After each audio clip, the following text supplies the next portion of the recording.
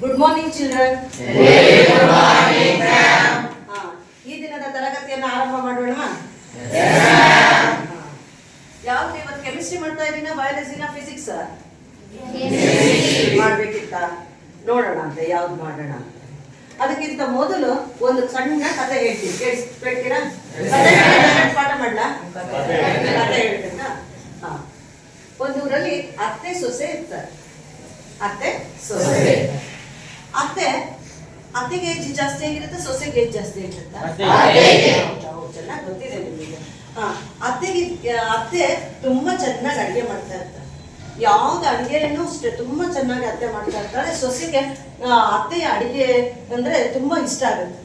ಪಾಪ ಅವಳು ಸಹ ಎಲ್ಲರ ಹತ್ರ ಹೇಳ್ತಾರೆ, ನಮ್ಮ ಅತ್ತೆ ಚೆನ್ನಾಗಿ ಅಡುಗೆ ಮಾಡ್ತಾರೆ, ನಂಗೆ ಅಷ್ಟು ಚೆನ್ನಾಗಿ ಮಾಡಕ್ ಬರಲ್ಲ ಅಂತ. ಪ್ರತಿ ಸಲ ರಜೆಗೆ ಬಂದಾಗ್ಲೂ ಸಹ ಆ ಅತ್ತೆ ಮಾಡಿದಂತಹ ಅಡಿಗೆನ, ಅಂದ್ರೆ ಆ ಸೊಸೆಯ ಮಕ್ಕಳು, ಆ ಸೊಸೆಯ ಮಕ್ಕಳು ಅಂತ ಹೇಳಿದ್ರೆ ಆ ಮಕ್ಕಳಿಗೆ ಅಜ್ಜಿ ಆಗ್ಬೇಕಲ್ಲ, ಹಾಗಾಗಿ ಆ ಅಜ್ಜಿ ಮೊಮ್ಮಕ್ಕಳಿಗೂ ಸಹ ಅಜ್ಜಿ ಮಾಡಿದ ಅಡಿಗೆ ಅಂದ್ರೆ ಅಮ್ಮ ಮಾಡಿದ ಅಡಿಗೆಗಿಂತ ತುಂಬಾ ಇಷ್ಟ ಆಗುತ್ತೆ. ಹಾಗಾಗಿ ಮತ್ತೆ ರಜೆ ಮುಗಿಸ್ಕೊಂಡು ವಾಪಸ್ಸು ಮತ್ತೆ ಅವ್ರ ಊರಿಗೆ ಹೋಗ್ತಾರೆ. ಅವ್ರ ಊರಿಗೆ ಹೋದಾಗ ಅವ್ರ ಊರಲ್ಲಿ ಆ ಮಗು, ಅವ್ರ ಮಗ ಕೇಳ್ತಾನೆ, ಚಿಕ್ಕ ಮಗ, ಅಮ್ಮ ಅಜ್ಜಿ ಮಾಡಿದ್ರಲ್ಲ ಆ ಥರ ಇಡ್ಲಿ ಮಾಡಮ್ಮ ಅಂತ ಕೇಳ್ತಾರೆ.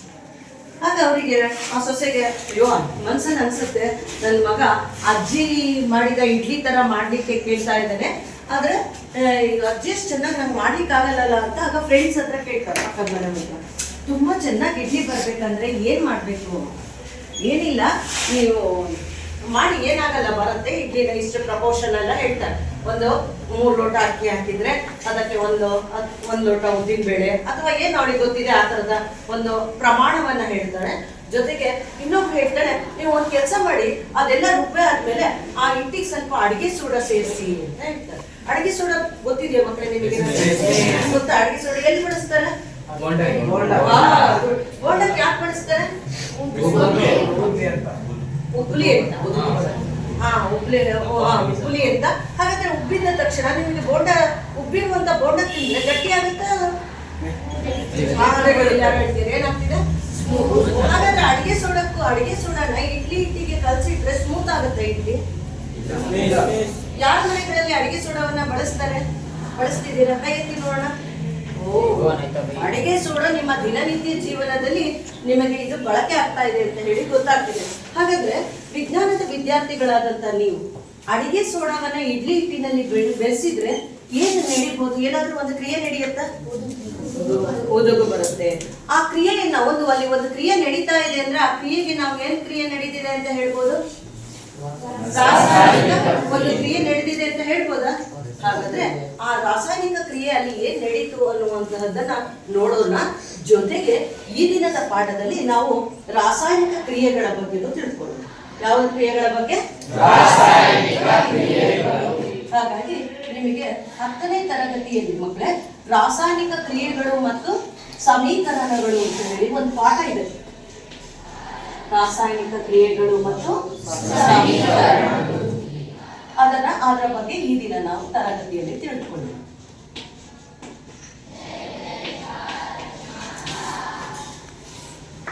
ಹಾಗಾದ್ರೆ ಇಡ್ಲಿ ಹಿಟ್ಟಿಗೆ ಅಡಿಗೆ ಸೋಡಾವನ್ನ ಬೆಳೆಸಿದಾಗ ಯಾವ ಕ್ರಿಯೆ ನಡೀತು?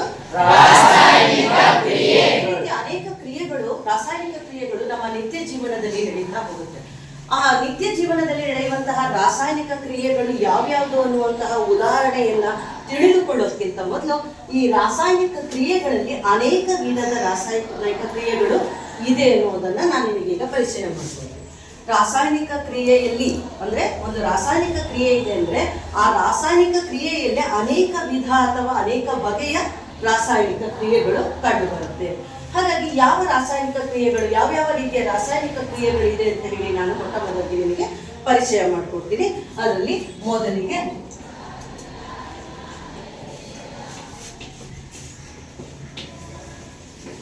ರಾಸಾಯನಿಕ ಓದಿ, ನಾನು ಬರ್ತಿದ್ದೇನೆ ಓದಿ ಮಕ್ಕಳೇ. ಇದು ಒಂದು ರಾಸಾಯನಿಕ ಕ್ರಿಯೆಯ ವಿಧ. ಎರಡನೇದು ಯಾವ್ದಪ್ಪ ಅಂತ ಹೇಳಿದ್ರೆ ನಾನು ಬರೀತೀನಿ, ಆಮೇಲೆ ನೀವು ಅದನ್ನ ಮನಸ್ಸಿನಲ್ಲೇ ಈಗ ಓದ್ಕೊಳ್ಳಿ, ಆ ನಂತರ ಮತ್ತೆ ಹೇಳುತ್ತೆ. ನೋಡಿ, ರಾಸಾಯನಿಕ ವಿಭಜನೆ. ಏನಿದು ರಾಸಾಯನಿಕ ವಿಭಜನೆ ಅನ್ನೋದು ರಾಸಾಯನಿಕ ಕ್ರಿಯೆಯ ವಿಧ. ಇನ್ನೂ ಒಂದು ರಾಸಾಯನಿಕ ಕ್ರಿಯೆ ಇದೆ,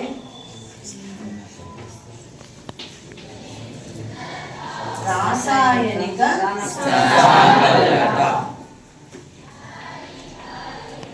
ನೀವು ಹಿಂದಿನ ತರಗತಿಗಳಲ್ಲಿ ಕಳೆದ ತರಗತಿಯಲ್ಲಿ ಓದಿರುವುದನ್ನ ನೆನಪಿಟ್ಕೊಂಡ್ರೆ ಇದನ್ನ ಮೊದಲೇ ಹೇಳಿದ ಹಾಗೆ ಆಗಿದೆ, ರಾಸಾಯನಿಕ ಸ್ಥಾನಪಲ್ಲಟ. ಈಗ ನಿಮಗೆ ಪರಿಚಯ ಇಲ್ಲದೆ ಇರುವಂತಹ ಇನ್ನೊಂದು ರಾಸಾಯನಿಕ ಕ್ರಿಯೆ ಏನಿದೆ ಯಾವುದು ಅಂತ ನಾನೀಗ ನಿಮಗೆ ಅದನ್ನು ಸೂಚಿಸ್ತೀನಿ.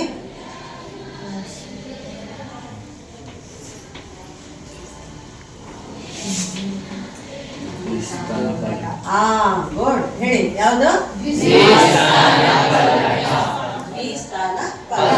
ಹಾಗಾದ್ರೆ ರಾಸಾಯನಿಕ ಕ್ರಿಯೆಯಲ್ಲಿ ಎಷ್ಟು ವಿಧಗಳಿದೆ?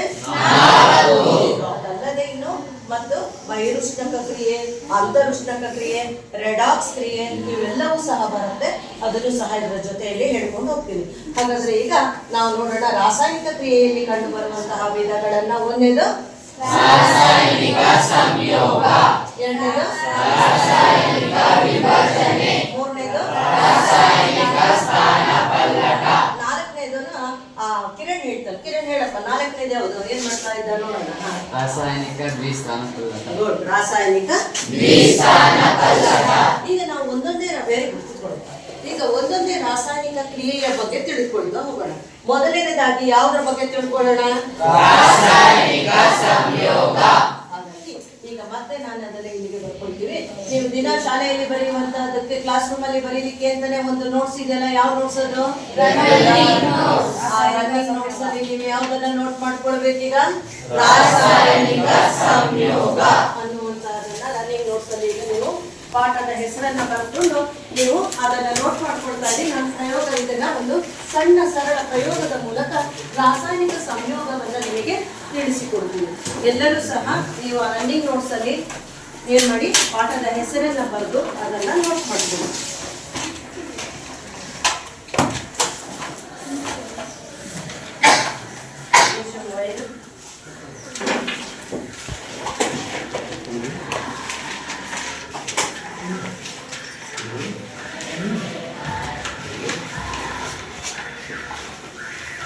ನೋಟ್ ಮಾಡ್ಕೊಳ್ತಾ ಇದ್ದೀರಲ್ಲ? ಯಾವ ನೋಟ್ಸ್ ಅಲ್ಲಿ ನೋಟ್ ಮಾಡ್ಕೊಳ್ತಾ ಇದ್ದೀರಾ? ಈಗ ರಾಸಾಯನಿಕ ಸಂಯೋಗವನ್ನ ನಾವು ಒಂದು ಸರಳ ಪ್ರಯೋಗದ ಮೂಲಕ ತಿಳಿಯೋಣ. ಚೇತನ್ ಬರ್ತೀರಾ? ಯಾರು ಬರ್ತೀರಾ? ಬನ್ನಿ ನೋಡಿ, ಮಾರ್ಕಂಡಿ ಚೇತನ್. ನೋಡಿ, ಈ ಪ್ರಯೋಗಕ್ಕೆ ಬೇಕಾಗುವಂತಹ ಸಾಮಗ್ರಿಗಳು ನೀವು ಅಲ್ಲೇ ಗೊತ್ತಿರಿ. ಲಾಸ್ಟ್ ಬೆಂಚ್ ಅವರೆಲ್ಲ ಎದ್ದೇಳೋದು ಬೇಡ. ಯಾವ್ಯಾವ ಸಾಮಗ್ರಿ ಬೇಕು ಅನ್ನುವಂತಹದ್ದನ್ನ ಈಗ ನೋಡಿ ಹೇಳ್ತಾ ಹೋಗ್ತಾನೆ. ಏನು ಸಾಮಗ್ರಿಗಳನ್ನ ಬಳಸ್ತೀವಿ ಅಂತ ಹೇಳಿ ಇಟ್ಕೊಳ್ಳೋದು. ಇದು ಯಾವ್ದು ಮಕ್ಕಳೇ ನಿಮಗೆ 5ನೇ ಪರಿಚಯ ಇದ್ರೆ? ಯಾವ್ದು? ಸ್ಪಿರಿಟ್ ಲ್ಯಾಂಪ್ ಅಥವಾ ಮಧ್ಯಸಾರ ದೀಪವನ್ನ ಬಳಸ್ತೀವಿ. ಹಾಗೆ ನಾವು ಮತ್ತೆ ಮಧ್ಯಸಾರ ದೀಪವನ್ನು ಹಚ್ಚಬೇಕು ಅಂದ್ರೆ ಏನ್ ಬೇಕು? ಬೆಂಕಿಪಟ್ಟಣ ಮ್ಯಾಚ್ ಬಾಕ್ಸ್ ಬೇಕಿದೆ. ಹಾಗಾದ್ರೆ ಈಗ ನಾವು ರಾಸಾಯನಿಕ ಸಂಯೋಗವನ್ನ ತಿಳಿಬೇಕು ಅಂತ ಹೇಳಿದ್ರೆ ಈಗ ನಾವು ಇಲ್ಲಿ ಒಂದು ಲೋಹದ ತಂತಿಯನ್ನ ಬಳಸಿದ್ವಿ. ಈ ಲೋಹದ ತಂತಿಯನ್ನ ಈ ಹಿಂದೆನೂ ಸಹ ನಿಮಗೆ ನಾನು ಪ್ರಯೋಗ ಮೂಲಕ 8 ಮತ್ತು 9ನೇ ತರಗತಿಯಲ್ಲಿ ತೋರಿಸಿದ್ದೀನಿ. ಸೊ ಹಾಗಾಗಿ ನಿಮಗೆ ಈ ತಂತಿ ಯಾವುದು ಅನ್ನುವಂತಹ ಪರಿಚಯ ಇರಬಹುದು ಅಂತ ಅನ್ಕೊಳ್ತೀನಿ. ಯಾವ ತಂತಿ ಇದು? ಮೆಗ್ನೀಷಿಯಂ ತಂತಿ. ಈಗ ಮೆಗ್ನೀಷಿಯಂ ತಂತಿಯನ್ನ ಉರಿಸುವ ಮೂಲಕ ರಾಸಾಯನಿಕ ಸಂಯೋಗ ಕ್ರಿಯೆ ಹೇಗೆ ನಡೆಯುತ್ತೆ ಅನ್ನುವಂಥದ್ದನ್ನ ಈಗ ಚೇತನ್ ಮುಖಾಂತರ ನೀವು ನೋಡ್ಬೋದು. ಚೇತನ್ ತೋರಿಸ್ತಾ ಹೋಗ್ತಾನೆ. ಬರುತ್ತಲ್ಲ ಚೇತನ್, ಸ್ಪಿರಿಟ್ ಲ್ಯಾಂಪ್ ಇಲ್ಲಿ ಈಗ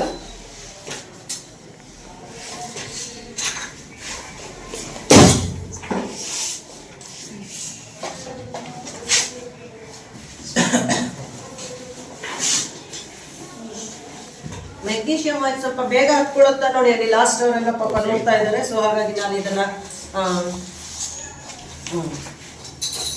ಮಧ್ಯಸಾರ ದೀಪವನ್ನು ನಾವು ಟೇಬಲ್ ಮೇಲೆ ಇಡಬೇಕಿತ್ತು. ಸೊ ನೋಡೋಣ, ಈಗ ಇಲ್ಲೇ ಇಡಪ್ಪ. ಇಲ್ಲಾಂದರೆ ಸ್ವಲ್ಪ ಟೈಮ್ ತಗೊಳುತ್ತೆ. ಇದು ಮೆಗ್ನೀಷಿಯಮ್ಮು ತಂತಿ. ನಾವು ಮೆಗ್ನೀಷಿಯಂ ತಂತಿಯನ್ನು ಬಳಸಿದ್ದೀವಿ, ಸ್ಪಿರಿಟ್ ಲ್ಯಾಂಪ್ ಬಳಸಿದ್ದೀವಿ, ಮತ್ತೆ ಏನು ವಿಕಳದ ಸಹಾಯದಿಂದ ಅದನ್ನು ಏನು ಮಾಡ್ತಾ ಇದ್ದಾನೆ, ಅವನು ಉರಿಸ್ತಾ ಇದ್ದಾನೆ ನೋಡಿ. ಮೆಗ್ನೀಷಿಯಂ ವೈರ್ ಏನಾಗ್ತಾ ಇದೆ, ಪ್ರಕಾಶಮಾನವಾಗಿ ಉರಿಯೋದನ್ನ ಅಲ್ಲೊಂಚೂರು ಕ್ಲೋಸ್ ಮಾಡಪ್ಪ, ಡೋರ್ ಕ್ಲೋಸ್ ಮಾಡಿ. ಮಾಡಿಸ್ತಿದ್ಯಾ? ಇಲ್ಲಿ ವಾಚ್ ಕ್ಲಾಸ್ ಮೇಲೆ ಹಾಕಪ್ಪ. ಎಂತಪ್ಪ ಚೇತ ನೋಡಿ ಮೆಗ್ನೀಷಿಯಂ ಪ್ರಕಾಶಮಾನವಾದಂತಹ ಬೆಳಕಿನೊಂದಿಗೆ ಏನಾಗ್ತಾ ಇದೆ, ಅದು ಹುಡುಗ ಇಲ್ಲಿ ಬೀಳ್ತಾ ಇರುವಂತಹ ಈ ಪುಡಿ ಏನಿದೆ ಇದು ಮೆಗ್ನೀಷಿಯಂ ಆಕ್ಸೈಡ್. ಹಾಗಾದ್ರೆ ಮೆಗ್ನೀಷಿಯಂ ತಂತಿ ಇಲ್ಲಿ ಉಳಿಬೇಕು ಅಂತ ಹೇಳಿದ್ರೆ ಇದು ಯಾವ ಅನಿಲವನ್ನ ಬಳಸ್ಕೊಳ್ತು? ಆಕ್ಸಿಜನ್ ಅನ್ನು ನಾವು ಇಲ್ಲಿ ಎಲ್ಲಾದ್ರೂ ಯಾವ್ದ್ರಲ್ಲಾದ್ರೂ ಇಟ್ಕೊಂಡ್ ಬಂದಿದ್ವಾ? ಎಲ್ಲಿತ್ತದು? ಅಬ್ಬಾ, ಸದ್ಯ ಗಾಳಿಯಲ್ಲಿ ಯಾವ್ದಿದೆ? ಆಕ್ಸಿಜನ್ ಏನಕ್ಕೆ ಸಹಾಯ ಮಾಡುತ್ತೆ? ಉರಿವಿಗೆ ಸಹಾಯ ಮಾಡುತ್ತೆ. ಹಾಗಾದ್ರೆ ಈಗ ನಾವು ಯಾವ ರಾಸಾಯನಿಕ ಕ್ರಿಯೆ ಬಗ್ಗೆ ತಿಳಿತಾ ಇದ್ವಿ? ರಾಸಾಯನಿಕ ಸಂಯೋಗ.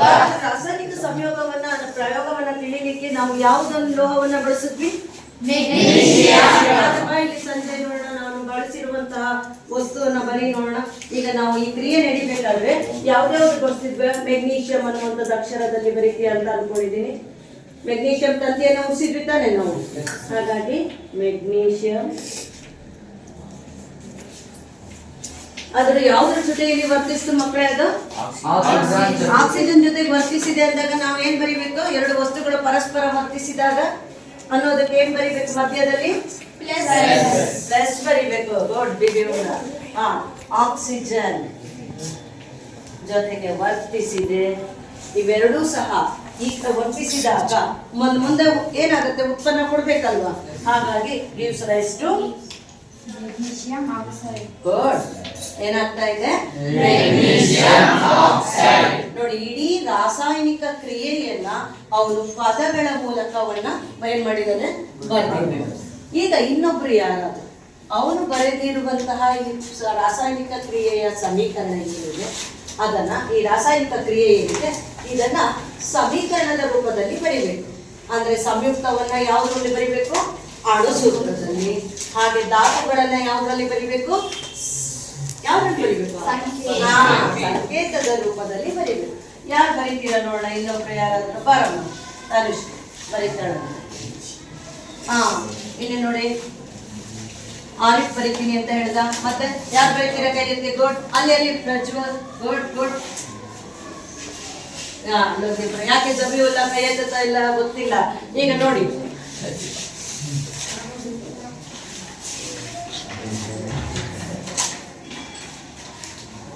ನೋಡಿ ಸರಿ ಇದೆಯಾ? ತನುಶ್ರೀ ಬರದ್ಲು ನೋಡಿ. ಮೆಗ್ನೀಷಿಯಂ ಅನ್ನೋದು ಆ ಕಡೆ ನಿಂತ್ಕೊಳ್ಳೋದು. ಇವಳು ಆಲ್ರೆಡಿ ಸರಿದೂಗಿಸಿದ ಸಮೀಕರಣವನ್ನೇ ಬರೀಲಿಕ್ಕೆ ಹಿಂದೆ ಗೊತ್ತಿರುವಂತಹ ರೀತಿಯಲ್ಲಿ ಪ್ರಯತ್ನ ಪಟ್ಟಿದ್ದಾಳೆ. ಇರ್ಲಿ. ಮೆಗ್ನೀಷಿಯಂ ಅನ್ನುವಂಥದ್ದಕ್ಕೆ ಮೆಗ್ನೀಷಿಯಂನ ಸಂಕೇತ ಏನು? ಆಕ್ಸಿಜನ್ ಅನ್ನುವಂಥದ್ದು ಸಂಕೇತ ಇವಳು ಏನ್ ಬರ್ದಿದ್ದಾಳೆ? ಹಾಗಾದ್ರೆ ಏನ್ ಮಾಡ್ಬೇಕು ನಾವು? 2 ಬರಿಬೇಕು. ಹಾಗಾಗಿ ಅದಾದ್ರೆ ಅಲ್ಲಿ 2MgO ಸರಿ ಇದೆಯಾ?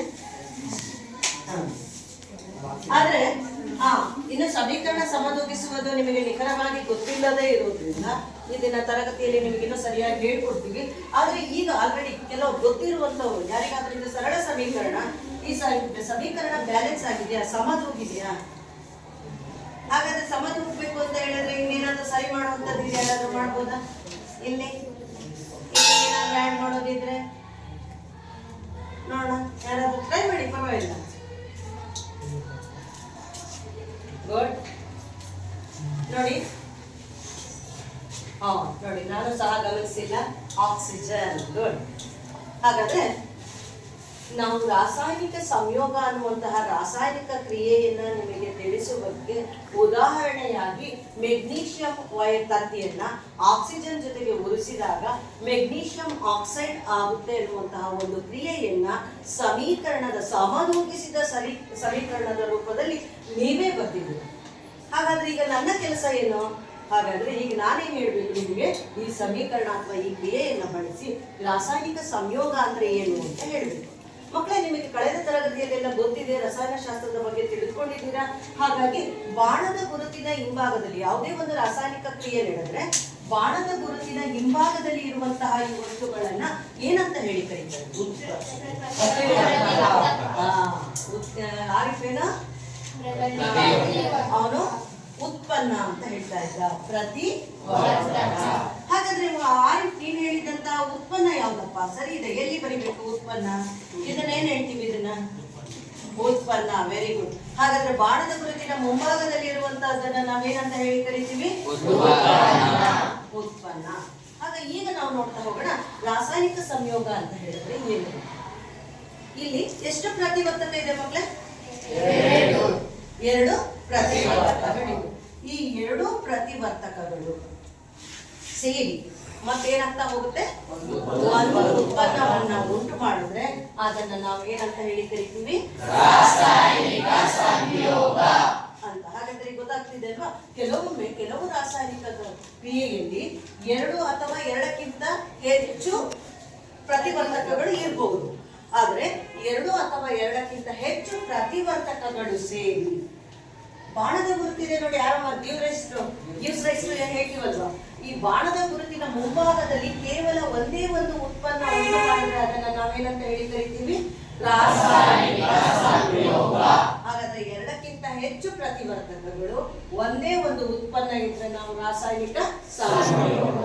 ಈ ರಾಸಾಯನಿಕ ಸಂಯೋಗವನ್ನ ನಾವು ಉದಾಹರಣೆಯಾಗಿ ನಾವು ಮೆಗ್ನೀಷಿಯಂ ತಂತಿಯನ್ನ ಉಳಿಸಿ ನೋಡಿದಾಗ ಇದರಲ್ಲಿ ಬಿದ್ದಂತಹ ಈ ವಸ್ತು ಏನಿದು? ಮೆಗ್ನೀಷಿಯಂ ವೈರ್ ಅನ್ನ ರಿಬ್ಬನ್ ಅನ್ನ ಉಳಿಸಿದಾಗ ನೋಡ್ಲಿಕ್ಕೆ ಚೆನ್ನಾಗಿತ್ತ ನಿಮಗೆ? ಚೆನ್ನಾಗಿತ್ತಲ್ವಾ? ಇದೇ ಲೋಹವನ್ನ ನೀವು ದೀಪಾವಳಿ ಹಬ್ಬದಲ್ಲೆಲ್ಲ ಪಟಾಕಿಗೆ, ಹನುಮಂತನ ಬಾಲ ಆ ತರದ್ದೆಲ್ಲ ಇದೆ ಅಲ್ಲ, ಅಲ್ಲೆಲ್ಲ ಅಷ್ಟು ಪ್ರಕಾಶಮಾನವಾಗಿ ಉಳಿಲಿಕ್ಕೆ ಈ ಲೋಹವು ಸಹ ಕಾರಣ ಆಗಿರುತ್ತೆ. ಈ ರೀತಿ ನಾವು ಮೆಗ್ನೀಷಿಯಂ ಆಕ್ಸೈಡ್ ಬೀಳ್ಬೇಕಾದ್ರೆ ನಮಗೆ ತಣ್ಣಗಿನ ಅನುಭವ ಆಗ್ತಾ ಇತ್ತು. ಸಪೋಸ್ ಅದು ಮುಟ್ಟಿದ್ರೆ, ಆ ತುದಿಯನ್ನು ಮುಟ್ಟಿದ್ರೆ ಬಿಸಿ ಆಗುತ್ತೆ, ಬಿಸಿ ಆಗ್ತಾ ಇದೆ. ಯಾವಾಗ ರಾಸಾಯನಿಕ ಕ್ರಿಯೆ ನಡೀಬೇಕಾದ್ರೆ, ಯಾವುದೇ ಒಂದು ರಾಸಾಯನಿಕ ಕ್ರಿಯೆ ನಡೀಬೇಕಾದ್ರೆ ಇಲ್ಲಿ ಏನು ಉಷ್ಣ ಏನಾಗ್ತಾ ಇತ್ತು? ಬಿಡುಗಡೆ ಆಗ್ತಾ ಇತ್ತು. ಈ ರಾಸಾಯನಿಕ ಕ್ರಿಯೆಯಲ್ಲಿ ಉಷ್ಣ ಬಿಡುಗಡೆ ಆದ್ರೆ ಅದನ್ನ ನಾವು ಏನಂತ ಹೇಳಿ ಕರಿತೀವಿ ಮಕ್ಕಳೇ?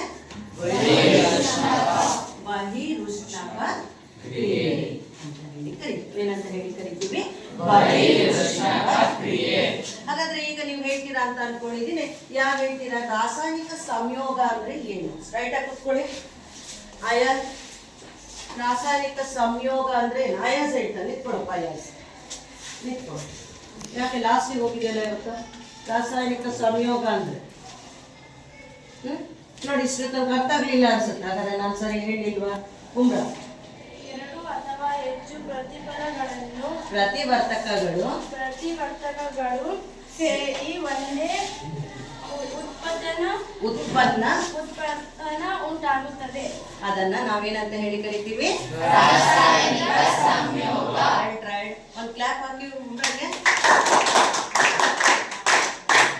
ಇನ್ಯಾರಾದ್ರೂ ಒಬ್ರು ಅದನ್ನ ಸರಿ ಮಾಡಿ ಹೇಳ್ತೀರಾ? ಗುಡ್. ಅಯ್ಯಾಸ್ ಕೇಳಿಸ್ಕೊಳ್ಬೇಕು, ಆಮೇಲೆ ಹೇಳ್ಬೇಕು. ಪ್ರಜ್ವಲ್ ಹೇಳ್ತೀಯಪ್ಪ? ಎರಡು ಅಥವಾ ಹೆಚ್ಚು ಪ್ರತಿವರ್ತಕಗಳು ಸೇರಿ ಒಂದೇ ಉತ್ಪನ್ನ ಮಾಡುವುದನ್ನು ರಾಸಾಯನಿಕ ಸಂಯೋಗ. Very good. ರಾಸಾಯನಿಕ ಕ್ರಿಯೆ ಎರಡನೇ ವಿಧ ಯಾವುದು ಮಕ್ಕಳೇ? ಈಗ ನಾವು ರಾಸಾಯನಿಕ ವಿಭಜನೆಯ ಬಗ್ಗೆ ತಿಳ್ಕೊಳ್ಳೋಣ. ರಾಸಾಯನಿಕ ವಿಭಜನೆಗೆ ಪ್ರಯೋಗಕ್ಕೆ ಬೇಕಾಗುವಂತಹ ವಸ್ತುಗಳು ಯಾವುದು, ಏನೆಲ್ಲ ಬಳಸಿದೀವಿ ಸರಳ ಪ್ರಯೋಗಕ್ಕೆ ಅಂತ ಹೇಳಿ ನೋಡೋಣ. ಈಗ ತನುಶ್ರೀ, ಯೋಗಶ್ರೀ ರೆಡಿಯಾಗಿ ನಿಂತಿದ್ದಾಳೆ. ಬರೋಣ ಯೋಗಶ್ರೀ. ಇವಳಿಗೆ ಏನ್ ಮಾಡಿದಾಳಪ್ಪ ಅಂದ್ರೆ, ಇದಕ್ಕೇನ್ ಹೇಳ್ತೀವಿ ಮಕ್ಕಳೇ? ಈ ಪ್ರಣಾಳವನ್ನ ತೆಗೆದುಕೊಂಡಿದ್ದಾಳೆ. ಈ ಪ್ರಣಾಳಕ್ಕೆ ಸ್ವಲ್ಪ ಸುಣ್ಣವನ್ನ ಹಾಕ್ತಾ ಇದ್ದಾಳೆ. ನೀನು ಹಾಕಿ ಹಾಕ್ಬೇಕಾ? ಹಾಕಿ ಬೇಸಿ, ನಾನು ಹಾಕಲ್ಲ ಅಂತ ನಿಂತಿದ್ದಾಳೆ.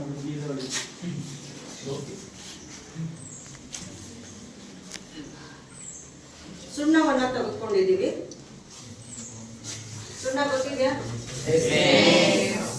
ಆ ಸುಣ್ಣವನ್ನ ಒಂದು ಸ್ವಲ್ಪ ಪೌಡರ್ ಮಾಡಿ ತೆಗೆದುಕೊಂಡಿದ್ದೀವಿ. ಈಗ ಇದನ್ನ ಏನ್ ಮಾಡ್ತಾಳೆ ಇವಳು? ಇದಕ್ಕೆ ಏನ್ ಹೇಳ್ತೀವಿ? ಮಧ್ಯಸಾರ ದೀಪ ಅಥವಾ ಸ್ಪಿರಿಟ್. ಇದರಿಂದ ಏನ್ ಮಾಡ್ತಾ ಇದ್ದಾಳೆ? ಈಗ ಅದನ್ನ ಕಾಯಿಸ್ತಾ ಇದ್ದಾಳೆ. ಕಾಯಿಸ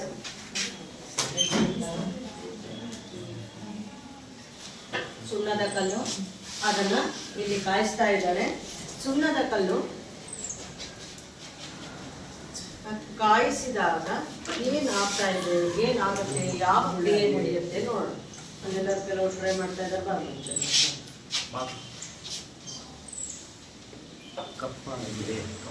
ಕಪ್ಪಾಗುತ್ತಾ ನೋಡಿ?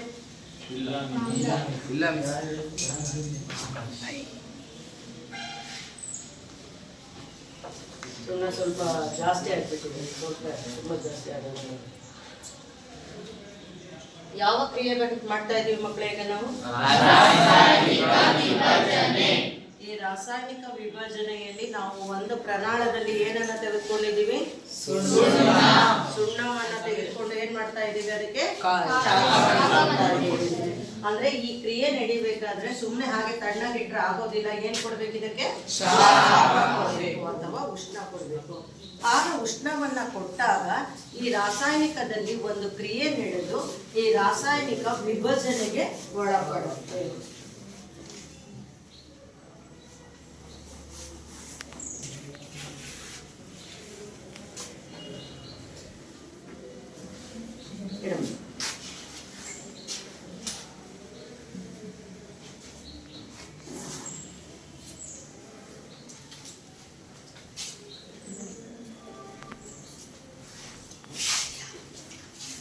ಪ್ರಣಾಳದ ಒಳಭಾಗದಲ್ಲಿ ತೇವಾಂಶವನ್ನ ಕಾಣ್ಬೋದು. ಇಲ್ಲಿ ಪ್ರಣಾಳದ ಒಳಭಾಗದಲ್ಲಿ ನೀರಿನ ಅಂಶ ಕಾಣಿಸ್ತಾ ಇದೆ, ನೀವು ಅದನ್ನು ಗಮನಿಸ್ಬೋದು.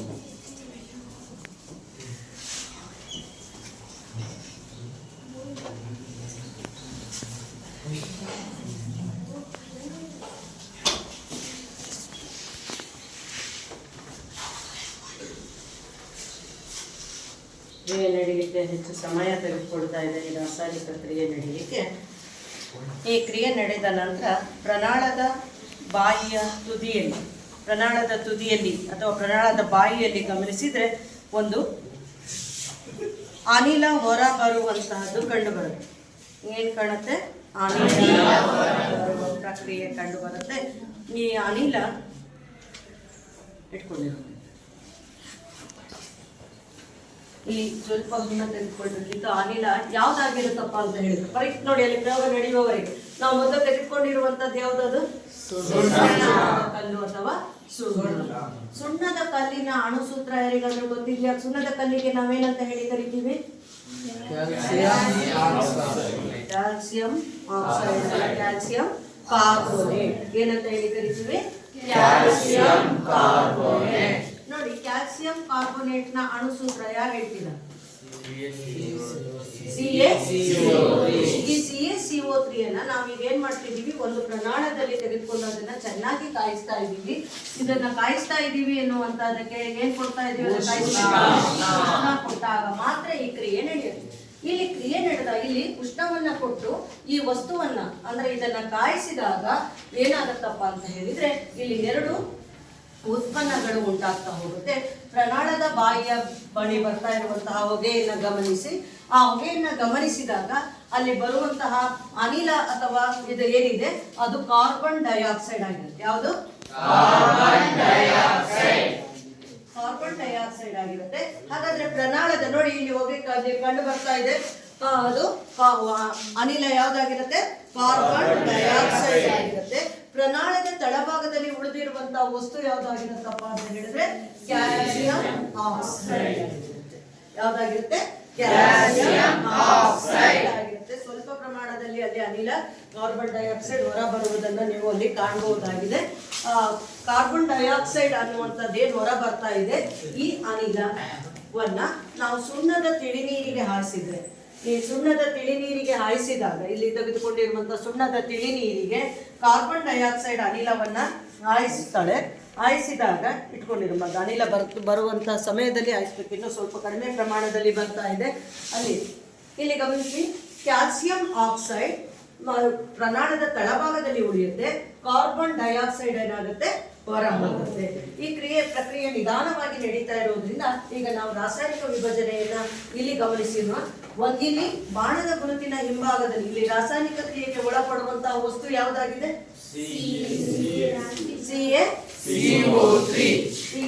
CaCO3 ಏನಿದೆ, ಈ ಕ್ಯಾಲ್ಸಿಯಂ ಕಾರ್ಬೋನೇಟ್ ಇದೆ, ಇದು ಏನಿದು ಒಂದು ಹಾಗಾದ್ರೆ ಕ್ರಿಯೆ ನಡೆದಾಗ ಉತ್ಪತ್ತಿಯಾಗಿರುವಂತಹ ಇವುಗಳನ್ನ ನಾವೇನಂತ ಹೇಳಿ ಕರಿತೀವಿ? ಉತ್ಪನ್ನ. ಈ ಉತ್ಪನ್ನಗಳೇನಿದೆ, ಯಾವುದೇ ಒಂದು ರಾಸಾಯನಿಕ ಕ್ರಿಯೆಯಲ್ಲಿ ಒಂದು ಪ್ರತಿವರ್ತಕ ಎರಡು ಅಥವಾ ಎರಡಕ್ಕಿಂತ ಹೆಚ್ಚು ವಸ್ತುಗಳನ್ನ ಉತ್ಪತ್ತಿ ಮಾಡಿದ್ರೆ ಅದನ್ನ ನಾವೇನಂತ ಹೇಳಿ ಕರಿತೀವಿ? ರಾಸಾಯನಿಕ ವಿಭಜನೆ ಅಂತ ಹೇಳಿ ಕರಿತೀವಿ. ಈಗ ಇದು ಬಿಡಬಹುದು, ನೋಡೋಣ. ನೋಡಿ, ಇಲ್ಲಿ ಪ್ರಮಾಣದಲ್ಲಿ ತೆಗೆದುಕೊಂಡಿರುವಂತಹ ಒಟ್ಟು ಕ್ಯಾಲ್ಸಿಯಂ ಕಾರ್ಬೋನೇಟ್ ಆಗಿತ್ತು.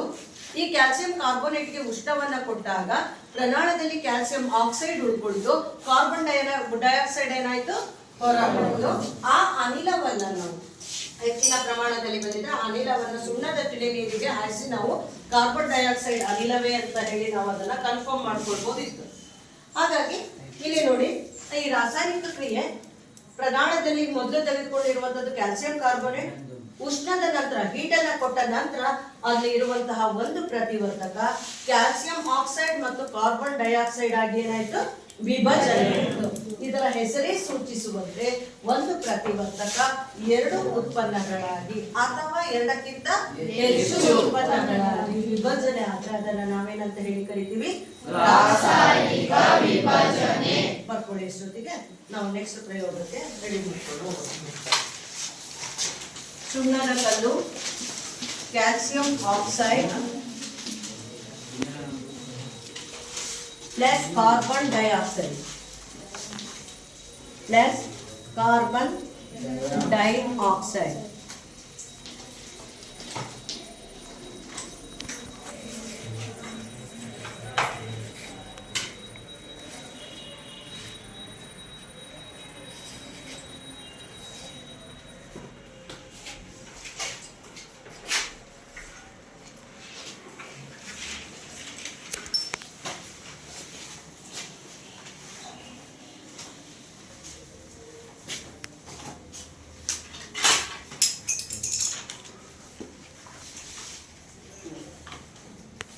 ನೆಕ್ಸ್ಟ್ ರಾಸಾಯನಿಕ ವಿಭಜನೆ ಕ್ರಿಯೆಯನ್ನು ತಿಳ್ಕೊಳ್ಳಿ.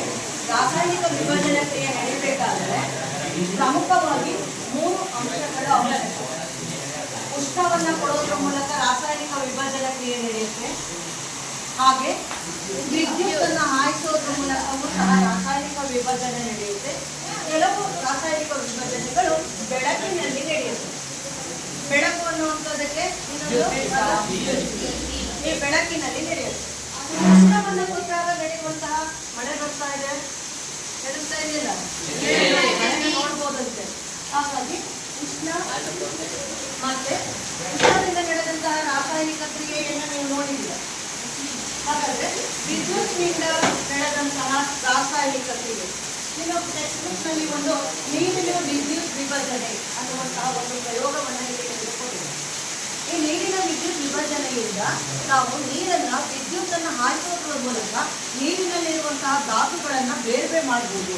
ನೀರಿನಲ್ಲಿ ಯಾವ್ಯಾವ ಧಾತುಗಳಿರುತ್ತೆ? ಒಂದು ಸ್ವಲ್ಪ ಅಲ್ಲಿ ಹೊರಗೆ ನೋಡ್ತಿದ್ದಾರೆ, ನೀನು ಮಳೆನೂ ಕವರ್ ಮಾಡುತ್ತೆ. ಯಾಕೋ ತುಂಬಾ ಮಳೆ ಬರ್ತಾ ಇದೆ ಅಂತ ಮಕ್ಕಳು ಬರ್ತಾ ಇದ್ದಾರೆ.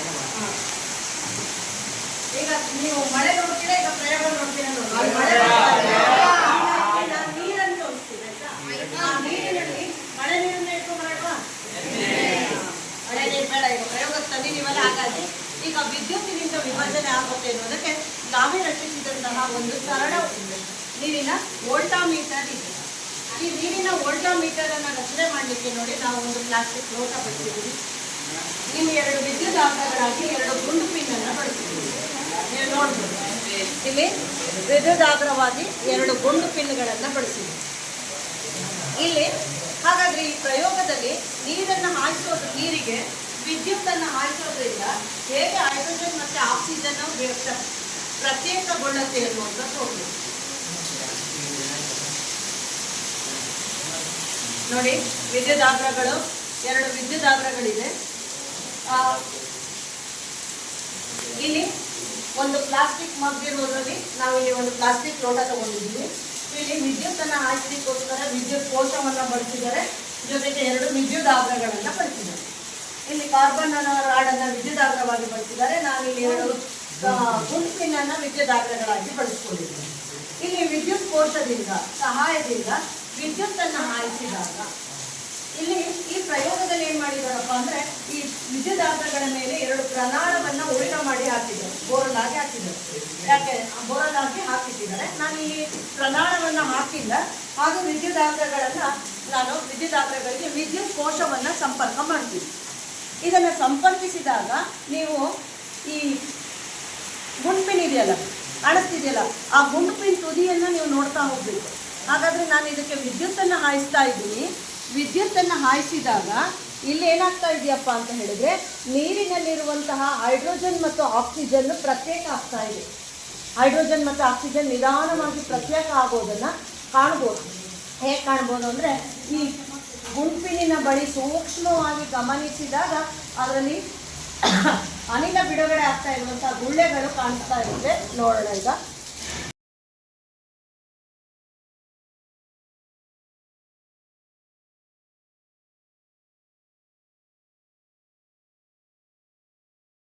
ವಿದ್ಯುತ್ ವಿಭಜನೆಯಲ್ಲಿ ನೀರು ವಿದ್ಯುತ್ತನ್ನು ಹಾಯಿಸಿದಾಗ ಹೈಡ್ರೋಜನ್ ಮತ್ತು ಆಕ್ಸಿಜನ್ ಆಗಿ ಹೇಗೆ ಸೆಪರೇಟ್ ಆಗುತ್ತೆ ಎನ್ನುವಂಥದ್ದನ್ನು ನೀವು ವೀಕ್ಷಣೆ ಮಾಡಿದ್ವಿ. ಅದರದ್ದೇ ಸಮೀಕರಣ ಬರೆದ್ರೆ, ವಿದ್ಯುತ್ ಅಂತ ಹೇಳಿದ್ರೆ ನಾವು ವಿದ್ಯುತ್ತನ್ನು ಇಲ್ಲಿ ಶುಷ್ಕಕೋಶವನ್ನು ಬಳಸಿ ಏನು ಮಾಡಿದ್ದೀವಿ, ವಿದ್ಯುತ್ತನ್ನು ಹಾಯಿಸಿದ್ದೀವಿ. ಅದೇ ಸಮೀಕರಣವನ್ನು ಬರೆದ್ರೆ ಮಕ್ಕಳೇ, ನಾವು ಫಸ್ಟ್ ಯಾವ್ದನ್ನು ತಗೊಂಡಿದ್ವಿ, ಏನು ತಗೊಂಡಿದ್ವಿ, ನೀರು. ನೀರನ್ನು ನಾವೀಗ ಏನು ಮಾಡಿದ್ದೀವಿ, ವಿದ್ಯುತ್ತನ್ನು ಹಾಯಿಸಿ ಏನು ಮಾಡಿದ್ದೀವಿ, ಕಾಯಿಸಿದ್ದೀವಿ. ಆಗ ಏನಾಯ್ತಪ್ಪ ಅಂತ ಹೇಳಿದ್ರೆ, ಅಲ್ಲಿ ಹೈಡ್ರೋಜನ್ ಬೇರೆ ಆಯಿತು ಮತ್ತೆ ಆಕ್ಸಿಜನ್ ಬೇರೆ ಆಯಿತು ಅನ್ನುವಂಥದ್ದು.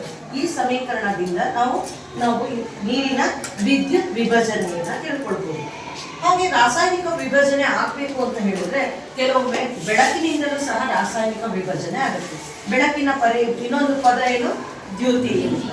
ಈ ದ್ಯುತಿ ವಿಭಜನೆ ಹೇಗಾಗುತ್ತೆ ಅನ್ನುವಂಥದ್ದು.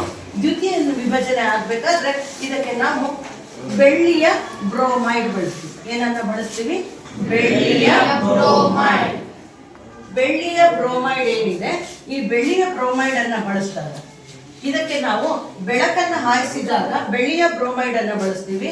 ಆಗ ಅದು ಏನಾಗುತ್ತಪ್ಪ ಅಂತ ಹೇಳಿದ್ರೆ Ag ಮತ್ತೆ Br ಬೇರೆ ಸಪ್ರೇಟ್ ಆಗುತ್ತೆ. ಅಂದ್ರೆ ಇದಕ್ಕೆ ನಾವು ಬೇರೆ ಈ ಎಲ್ಲ ರಾಸಾಯನಿಕ ಕ್ರಿಯೆಗಳ ತರ ಇದಕ್ಕೆ ಉಷ್ಣ ಕೊಡ್ಬೇಕು ಅಂತಿಲ್ಲ, ವಿದ್ಯುತ್ ಕೊಡ್ಬೇಕು ಅಂತಿಲ್ಲ. ಬೆಳ್ಳಿಯ ಬ್ರೋಮೈಡ್ ಅನ್ನ ನಾವು ಬೆಳಕಿನಲ್ಲಿ ಇಟ್ಟರೆ ಬೆಳ್ಳಿ ಬೇರೆ ಆಗುತ್ತೆ, ಬ್ರೋಮಿನ್ ಬೇರೆ ಆಗುತ್ತೆ. ಹಾಗೆ ಇಲ್ಲ ಅಂತ ಹೇಳಿದ್ರೆ ಬೆಳ್ಳಿಯ ಕ್ಲೋರೈಡ್ ಅನ್ನು ಸಹ ಅಷ್ಟೇ ನಾವು ಸುಮ್ಮನೆ ಬೆಳಕಿನಲ್ಲಿ ಇಟ್ಟರೆ ಅದು ಏನಾಗುತ್ತೆ, ಮತ್ತೆ ಇದೇನಾಗುತ್ತೆ, ಬೆಳ್ಳಿ ಬೇರೆ ಆಗುತ್ತೆ, ಕ್ಲೋರಿನ್ ಬೇರೆ ಆಗುತ್ತೆ ಅನ್ನುವಂಥದ್ದು. ಈ ರೀತಿ ಒಂದು ಸಂಯುಕ್ತ ಅಥವಾ ಈ ಕಡೆ ಇಲ್ಲಿ ಬಂದ್ರೆ ಒಂದು ಪ್ರತಿವರ್ತಕ ಎರಡು ಅಥವಾ ಎರಡಕ್ಕಿಂತ ಹೆಚ್ಚು ಉತ್ಪನ್ನವಾಗಿ ಬದಲಾದ್ರೆ ಆ ಕ್ರಿಯೆಯನ್ನ ನಾವೇನಂತ ಹೇಳಿ ಕರಿತೀವಿ, ರಾಸಾಯನಿಕ ವಿಭಜನೆ. ಹಾಗಾದ್ರೆ ಈ ದಿನ ನೀವು ರಾಸಾಯನಿಕ ಸಂಯೋಗ ಅಂದ್ರೆ ಏನು, ರಾಸಾಯನಿಕ ಸಂಯೋಗಕ್ಕೆ ಉದಾಹರಣೆ ಜೊತೆ ಆ ರಾಸಾಯನಿಕ ಸಂಯೋಗದ ಕ್ರಿಯೆಯನ್ನ ಸಮೀಕರಣದ ರೂಪದಲ್ಲಿ ಬರೆಯುವುದನ್ನ ಇಷ್ಟನ್ನ ತಿಳ್ಕೊಂಡಿದ್ದೀರಿ. ಹಾಗಾದ್ರೆ ನೀವು ನಾಳೆ ಬರಬೇಕಾದ್ರೆ ರಾಸಾಯನಿಕ ಸಂಯೋಗ ಹೋಮ್ವರ್ಕಿಗೆ ಬೇಕಾದ ಪ್ರಶ್ನೆಗಳು ಯಾವ್ಯಾವುದು, ರಾಸಾಯನಿಕ ಸಂಯೋಗ ಎಂದರೇನು, ಉದಾಹರಣೆ ಕೊಡಿ ಅನ್ನುವಂಥದ್ದನ್ನ ಪದ ಸಮೀಕರಣ ಬೇಡ, ನೀವು ಯಾವುದರಲ್ಲಿ ರಾಸಾಯನಿಕ ಸಮೀಕರಣದಲ್ಲಿ ಬರ್ಕೊಂಡು ಬರಬೇಕು. ಈಗ ನಾನು ಮಾಡಿದಂತಹ ಪಾಠಕ್ಕೆ ಸಂಬಂಧಿಸಿದ ಹಾಗೆ ಒಂದು ಆಕ್ಟಿವಿಟಿಯನ್ನು ಮಾಡಿದ್ದೀನಿ ನೋಡಿ. ಏನಾದರೂ ಕಾಣಿಸ್ತಿದ್ಯಾ ಇಲ್ಲಿ? ನಾನೀಗ ಮಾಡಿರುವಂಥದ್ದು ಏನಪ್ಪ ಅಂತ ಹೇಳಿದ್ರೆ ರಾಸಾಯನಿಕ ಕ್ರಿಯೆಯ ವಿಧಗಳನ್ನ ನಾನೀಗ ಏನು ಮಾಡಿದ್ದೀನಿ, ಬರೆದಿದ್ದೀನಿ. ರಾಸಾಯನಿಕ ಕ್ರಿಯೆಯ ವಿಧಗಳನ್ನ ಬರೆದಿರುವಂತಹ ಈ ವಿಧಗಳು ಇಲ್ಲೆಲ್ಲ ಒಂದು ಬಿದ್ದೋಗಿದೆ, ಅಲ್ಲಿದೆ ಅನ್ಸುತ್ತೆ, ಇಲ್ಲಿ ಬಿದ್ದಿದೆ ನೋಡಿ, ತಗೊಳ್ಳಿ ನೋಡಿ. ರಾಸಾಯನಿಕ ಕ್ರಿಯೆಯ ವಿಧಗಳಿದೆ 4 ಬಗೆ. ಎಷ್ಟು ರೀತಿಯ ರಾಸಾಯನಿಕ ಕ್ರಿಯೆಗಳಿತ್ತು, ಯಾವ್ಯಾವುದು? ರಾಸಾಯನಿಕ ಸಂಯೋಗ, ರಾಸಾಯನಿಕ ವಿಭಜನೆ, ರಾಸಾಯನಿಕ ಸ್ಥಾನಪಲ್ಲಟ, ರಾಸಾಯನಿಕ ದ್ವಿಸ್ಥಾನಪಲ್ಲಟ. ಈ ರಾಸಾಯನಿಕ ಸಮೀಕರಣಕ್ಕೆ ಸಂಬಂಧಿಸಿದ ಹಾಗೆ ಇಲ್ಲಿ ನಾನು ಒಂದು ಕಾರ್ಡ್ ರೆಡಿ ಮಾಡಿದ್ದೀನಿ. ಈಗ ನಾನು ಪ್ರತಿಯೊಂದಕ್ಕೂ ಸಹ ರಾಸಾಯನಿಕ ಸಂಯೋಗ ಅಂತ ಹೇಳಿದ್ರೆ Mg+O2. Mg ಯಾವ ಲೋಹವನ್ನ ಬಳಸಿದ್ವಿ, ಮೆಗ್ನೀಷಿಯಂ ತಂತಿಯನ್ನ ನಾವು ದಹನ ಮಾಡಿ ಒಂದು ಕ್ರಿಯೆಯನ್ನು ನಡೆಸಿರುವಂಥದ್ದು. ಅಥವಾ ಬೇರೆ ಯಾವುದೇ ಒಂದು ಎರಡು ಪ್ರತಿವರ್ತಕ ವರ್ತಿಸಿ ಒಂದು ಉತ್ಪನ್ನವನ್ನು ಉಂಟು ಮಾಡಿದ್ರೆ ಅದನ್ನ ಏನಂತ ಹೇಳಿ ಕರಿತೀವಿ, ರಾಸಾಯನಿಕ ಸಂಯೋಗ. ನಾನು ನೀಡದೇ ಇರುವಂತಹ, ನಾನು ನಿಮಗೆ ತೋರಿಸ್ತಿರುವಂತಹ ಒಂದು ಉದಾಹರಣೆಯನ್ನು ಇಲ್ಲಿ ನಿಮಗೆ ಬರೀತಾ ಹೋಗಿದ್ದೀನಿ. ಅದನ್ನ ನೀವು ಈ ಕಾರ್ಡ್ಗಳಲ್ಲಿ ಏನ್ ಮಾಡಬೇಕು, ಜೋಡಿಸ್ತಾ ಹೋಗ್ಬೇಕು. ಈಗ ನಾನು ಅದನ್ನ ತೆಗಿತಾ ಹೋಗ್ತೀನಿ ನೋಡಿ. ಈಗ ಯಾರು ಪಾಠ ಕೇಳಿದ್ದೀರಾ ಅವರು ಅದನ್ನ ಜೋಡಿಸ್ಲಿಕ್ಕೆ ಸಾಧ್ಯ ಆಗ್ತಾ ಹೋಗುತ್ತೆ. ನೋಡಿ ಕಾರ್ಡನ್ನ ನಾನು ಅದನ್ನು ಸೆಪ್ರೇಟ್ ಮಾಡ್ತಾ ಇದ್ದೀನಿ. ಈಗ ನೀವು ಸದ್ಯಕ್ಕೆ ಈಗ ರಾಸಾಯನಿಕ ಸಂಯೋಗ ಮತ್ತು ವಿಭಜನೆಯನ್ನು ಹೇಳಿದ್ರಿಂದ ಇದರಲ್ಲಿ ಈಗ ನೋಡೋಣ ತನುಶ್ರೀ, ಯೋಗಶ್ರೀ ಅಥವಾ ಧನುಷ್ ಬರ್ತಾ ಇರುತ್ತೆ. ಈ ಕಾರ್ಡಿಗೆ ಇದನ್ನು ಹಾಕ್ತಾ ಹೋಗ್ರಿ. ಒಬ್ರು ಇಟ್ಕೊಳ್ಳಿ, ಒಬ್ರು ಹಾಕಿ ಬರುತ್ತೆ. ನೀನು ಹಾಕೋಣ ನೋಡಿ, ಅವಳು ಹಾಕ್ತಾಳೆ. ಇಲ್ಲಿ ಇಟ್ಕೋಬೇಕು, ಅವ್ರಿಗೆ ಕಾಣಿಸ್ಬೇಕು ಈ ಕಡೆ. ಹಾಂ,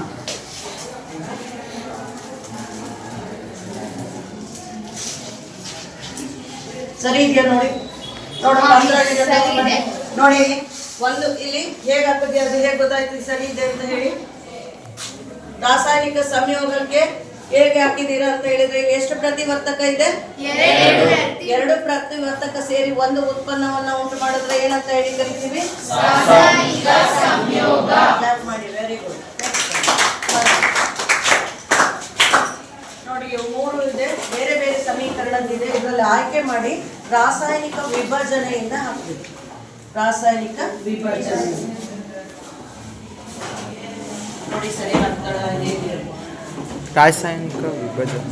ರಾಸಾಯನಿಕ ವಿಭಜನೆ, ವಿಭಜನೆಗೆ ಹಾಕ್ಬೇಕಮ್ಮ. ವಿಭಜನೆ ಈ ಕಡೆ ಸ್ವಲ್ಪ ರಾಸಾಯನಿಕ ವಿಭಜನೆ. ಹಾಗಾದ್ರೆ ರಾಸಾಯನಿಕ ವಿಭಜನೆಗೆ ಹೇಗೆ ಅವಳು ನೋಡ್ತಾ ಇದ್ದಾಳೆ ನೋಡಿ. ಸಮೀಕರಣವನ್ನು ಹಾಕ್ತಾ ಇದ್ದಾಳೆ. ನಿಮಗೆ ಕೆಲವರಿಗೆ ಸಮೀಕರಣ ಕಷ್ಟ ಆಗುತ್ತೆ. ಸಮೀಕರಣ ಕಷ್ಟ ಆದಾಗ ಆರೋ ಮಾರ್ಕಿನ ಹಿಂಭಾಗದಲ್ಲಿ ಎಷ್ಟು ಇರಬೇಕು ಪ್ರತಿವರ್ತಕ? 1 ಇದ್ದು ಆರೋ ಮಾರ್ಕಿನ ಮುಂಭಾಗದಲ್ಲಿ ಎಷ್ಟು ಇರಬೇಕು? 2 ಅಥವಾ ಹೆಚ್ಚು ಉತ್ಪನ್ನ ಇದ್ರೆ ಯಾವ್ದಕ್ಕೆ ಹಾಕ್ಬೋದು ಅವಾಗ ನೀವು? ರಾಸಾಯನಿಕ ವಿಭಜನೆ. ಹಾಕಿದ್ದಾಳೆ. ಇದನ್ನ ನೀನು ನೆಕ್ಸ್ಟ್ ಪಾರ್ಟ್ ಆದ್ಮೇಲೆ ಹಾಕುವಂತ. ಗುಡ್. ನೆಕ್ಸ್ಟ್ ಬಾ ನೀನೇ ಬಾ. ಈಗ ನೋಡಿ ಇಟ್ಕೊಳ್ಳೋದು, ನೀನು ಇಟ್ಕೊಳ್ಳೋದು. ಇದನ್ನ ಓದ್ತಾ ಹೋಗಿ. ಈಗ ಯಾವ್ಯಾವ್ದನ್ನ ನಾನು ಮಾಡಿದ್ದೀನಿ ಏನಿದೆ ನೋಡಿ. ರಾಸಾಯನಿಕ ವಿಭಜನೆಯಲ್ಲಿ ಮತ್ತೆ ವಿಭಜನೆ 3 ವಿಧದಲ್ಲಿ ನಡೀತಾ ಹೋಗುತ್ತೆ, 3 ರೀತಿಯಲ್ಲಿ ನಡೀತಾ ಹೋಗುತ್ತೆ. ಉಷ್ಣವನ್ನ ಆಯಿಸಿದ್ರೆ ನಡೆಯುತ್ತೆ ಅನ್ನುವಂಥದ್ದು ಗೊತ್ತಿದೆ. ನೆಕ್ಸ್ಟ್ ಏನ್ ಆಯಿಸ್ಬೇಕು? ವಿದ್ಯುತ್. ನೆಕ್ಸ್ಟ್ ನೋಡಮ್ಮ, ಅದು ಇಲ್ಲಿ ಅಂತ ಚಾರ್ಟ್ ಅಲ್ಲಿ ಏನೇನಿದೆ ನೋಡಿ.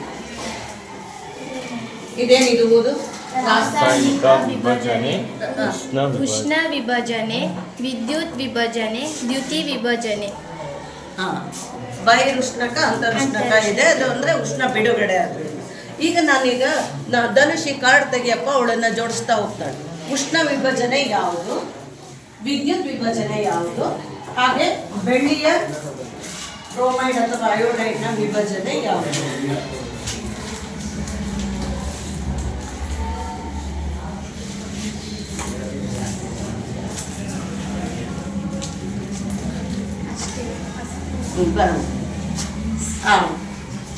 ನೀನೇ ಜೋಡಿಸಿ. ಟೈಮ್ ಆಗುತ್ತೆ ಅನ್ನೋ ಕಾರಣಕ್ಕೆ ಇವ್ರಿಗೆ ಜೋಡಿಸ್ಲಿಕ್ಕೆ ಕೊಟ್ಟಿದ್ದೀನಿ. ಆಮೇಲೆ ನಿಮಗೆ ಗ್ರೂಪ್ ವೈಸ್ ಅದನ್ನ ಸಪ್ರೇಟ್ ಮಾಡಿ ಜೋಡಿಸ್ಲಿಕ್ಕೆ ಕೊಡ್ತೀನಿ. ಪ್ರತಿಯೊಬ್ಬರು ಜೋಡಿಸ್ಬೇಕು. ಇದೇ ನಿಮಗೆ FA1 ಆಕ್ಟಿವಿಟಿಗೆ ಮಾರ್ಕ್ಸ್ ಸಿಗೋದು ಈ ಕಾರ್ಡ್ಗಳ ಜೋಡಣೆ. ಇಲ್ಲಿ ಏನು ಪಾಠಕ್ಕೆ ಸಂಬಂಧಿಸಿದಂತಹ ಕಾರ್ಡ್ಗಳನ್ನು ತಯಾರು ಮಾಡಿದ್ದೀನಿ, ಇವುಗಳನ್ನು ಜೋಡಣೆ ಮಾಡಿದ್ರೆ ನಿಮಗೆ ಮಾರ್ಕ್ಸ್ ಸಿಗುತ್ತೆ. ಯಾವ್ದು ಮಾಡ್ತಾ ಇದೆಯಾ ಹೇಳ್ತಾ ಮಾಡ್ಬೇಕು. ಧನುಷ್ ಯಾವ್ದು ಮಾಡ್ತಾ ಇದ್ದಾಳೆ ಅವಳು? ರಾಸಾಯನಿಕ ವಿಭಜನೆ, ಉಷ್ಣ ವಿಭಜನೆ. ಸ್ವಲ್ಪ ಆ ಕಡೆ ಕಾಣ್ಬೇಕಲ್ವಾ ಅವರಿಗೆ?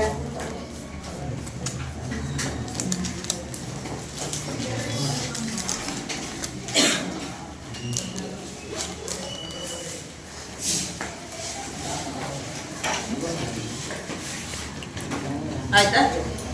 ಗುಡ್. ನೋಡಿ ಈಗ ಹೇಳ್ತಾ ಹೋಗು. ರಾಸಾಯನಿಕ ವಿಭಜನೆ, ಉಷ್ಣ ವಿಭಜನೆ 2 Pb NO3 twice 2 Pb plus 4 NO2 plus O2. ರಾಸಾಯನಿಕ ವಿಭಜನೆ, ವಿದ್ಯುತ್ ವಿಭಜನೆ 2 H2 plus O2 gives rise to H2O.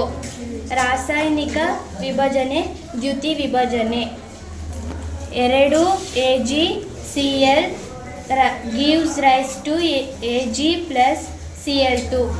2 AgBr gives rise to 2 Ag plus Br2. Very good. Clap ಮಾಡಿ ಒಂದೊಳಗೆ. ನೆಕ್ಸ್ಟ್ ನೀವೆಲ್ಲರೂ ಸಹ ಈ ರೀತಿಯ ಚಾರ್ಟನ್ನು ಪ್ರತಿಯೊಬ್ಬರು ಬಂದು ಜೋಡಿಸ್ಬೇಕು.